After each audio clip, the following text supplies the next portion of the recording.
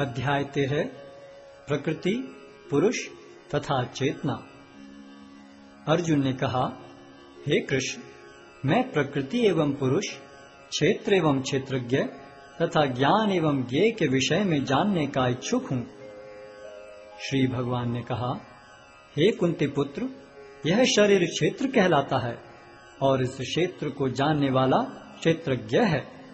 हे भरतवंशी, तुम्हें ज्ञात होना चाहिए कि मैं भी समस्त शरीरों में ज्ञाता भी हूँ और इस शरीर तथा इसके ज्ञाता को जान लेना ज्ञान कहलाता है, ऐसा मेरा मत है। अब तुम मुझसे यह सब संक्षेप में सुनो कि कर्म क्षेत्र क्या है, यह किस प्रकार बना है, इसमें क्या परिवर्तन होते हैं, यह कहाँ से उत्पन्न होता है, इस कर्म क्षेत्र को जानने वाला कौन है और उसके क्या प्रभाव हैं।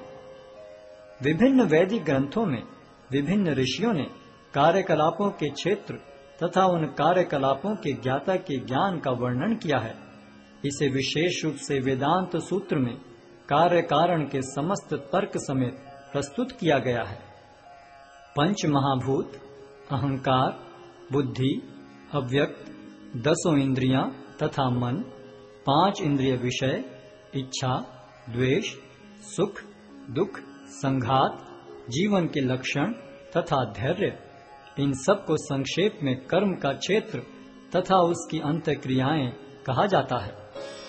विनम्रता, दंभहीनता, अहिंसा, सहिष्णुता, सरलता, प्रामाणिक गुरु के पास जाना, पवित्रता, स्थिरता, आत्मसंयम, इंद्रिय तृप्ति के विषयों का परित्याग, अहंकार का अभाव, जन्म, मृत्यु, वृद्धावस्था तथा रोग के दोषों की अनुभूति, वैराग्य, संतान, स्त्री, घर तथा अन्य वस्तुओं की ममता से मुक्ति, अच्छी तथा बुरी घटनाओं के प्रति संभाव, मेरे प्रति निरंतर अनन्य भक्ति, एकांत स्थान में रहने की इच्छा, जन समूह से विलगाव, आत्म साक्षात्कार की महत्ता को स्वीकारना तथा परम सत्य की दार्शनिक खोज, इन सब को मैं ज्ञान घोषित करता हूँ और इनके अतिरिक्त जो भी है वह सब अज्ञान है।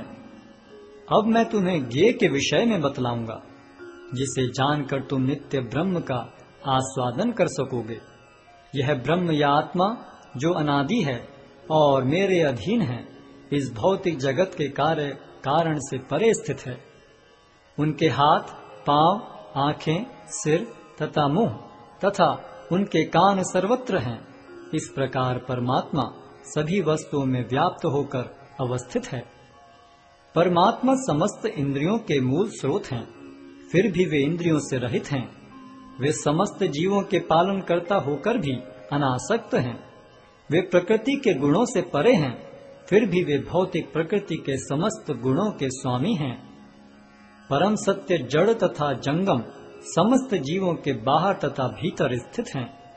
सूक्ष्म होने के कारण वे भौतिक इंद्रियों के द्वारा जानने या देखने से परे हैं। यद्यपि वे अत्यंत दूर रहते हैं, किंतु हम सबों के निकट भी हैं। यद्यपि परमात्मा समस्त जीवों के मध्य विभाजित प्रतीत होता है, लेकिन वह कभी भी विभाजित नहीं है। वह एक रूप में स्थित है। यद्यपि वह प्रत्येक जीव का पालन करता है, लेकिन यह समझना चाहिए कि वह सबों का संहार करता है और सबों को जन्म देता है। वे समस्त प्रकाशमान वस्तुओं के प्रकाश स्रोत हैं। वे भौतिक अंधकार से परे हैं और अगोचर हैं। वे ज्ञान हैं, ज्ञेय हैं और ज्ञान के लक्ष्य हैं। वे सबके हृदय में स्थित हैं। इस प्रकार मैंने कर्म क्षेत्र, ज्ञान तथा ज्ञेय का संक्षेप में वर्णन किया है। इसे केवल मेरे भक्त ही पूरी तरह समझ सकते हैं और इस तरह मेरे स्वभाव को प्राप्त होते हैं। प्रकृति तथा जीवों को अनादि समझना चाहिए। उनके विकार तथा गुण प्रकृति जन्य हैं। प्रकृति समस्त भौतिक कारणों तथा कार्यों की हेतु कही जाती है और जीव इस संसार में विविध सुख दुख के भोग का कारण कहा जाता है। इस प्रकार जीव प्रकृति के तीनों गुणों का भोग करता हुआ प्रकृति में ही जीवन बिताता है। यह उस प्रकृति के साथ उसकी संगति के कारण है। इस तरह उसे उत्तम तथा अधम योनियां मिलती रहती हैं।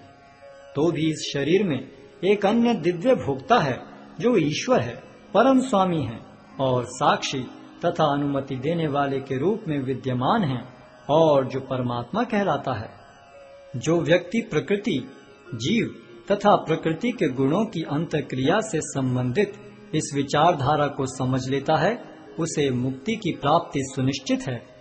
उसकी वर्तमान स्थिति चाहे जैसी हो, यहाँ पर उसका पुनर्जन्म नहीं होगा।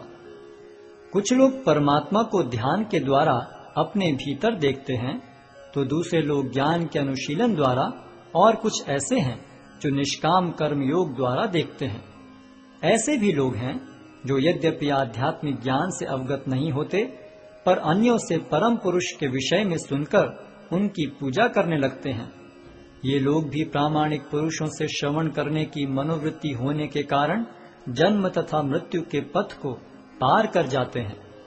हे भरतवंशियों में श्रेष्ठ, यह जान लो कि चर तथा अचर जो भी तुम्हें अस्तित्व में दिख रहा है, वह कर्म क्षेत्र तथा क्षेत्र के ज्ञाता का संयोग मात्र है। जो परमात्मा को समस्त शरीरों में आत्मा के साथ देखता है और जो यह समझता है कि इस नश्वर शरीर के भीतर न तो आत्मा न ही परमात्मा कभी भी विनष्ट होता है, वही वास्तव में देखता है। जो व्यक्ति परमात्मा को सर्वत्र तथा प्रत्येक जीव में समान रूप से वर्तमान देखता है, वह अपने मन के द्वारा अपने आप को भ्रष्ट नहीं करता। इस प्रकार वह दिव्य गंतव्य को प्राप्त करता है। जो यह देखता है कि सारे कार्य शरीर द्वारा संपन्न किए जाते हैं, जिसकी उत्पत्ति प्रकृति से हुई है, और जो देखता है कि आत्मा कुछ भी नहीं करता, वही यथार्थ में देखता है। जब विवेकवान व्यक्ति विभिन्न भौतिक शरीरों के कारण विभिन्न स्वरूपों को देखना बंद कर देता है और यह देखता है कि किस प्रकार से जीव सर्वत्र फैले हुए हैं, तो वह ब्रह्म बोध को प्राप्त होता है। शाश्वत दृष्टि संपन्न लोग यह देख सकते हैं कि अविनाशी आत्मा दिव्य, शाश्वत तथा गुणों से अतीत है। हे अर्जुन, भौतिक शरीर के साथ संपर्क होते हुए भी आत्मा न तो कुछ करता है और न लिप्त होता है। यद्यपि आकाश सर्वव्यापी है, किंतु अपनी सूक्ष्म प्रकृति के कारण किसी वस्तु से लिप्त नहीं होता। इसी तरह ब्रह्म दृष्टि में स्थित आत्मा शरीर में स्थित रहते हुए भी शरीर से लिप्त नहीं होता। हे भरतपुत्र, जिस प्रकार सूर्य अकेले इस सारे ब्रह्मांड को प्रकाशित करता है, उसी प्रकार शरीर के भीतर स्थित एक आत्मा सारे शरीर को चेतना से प्रकाशित करता है।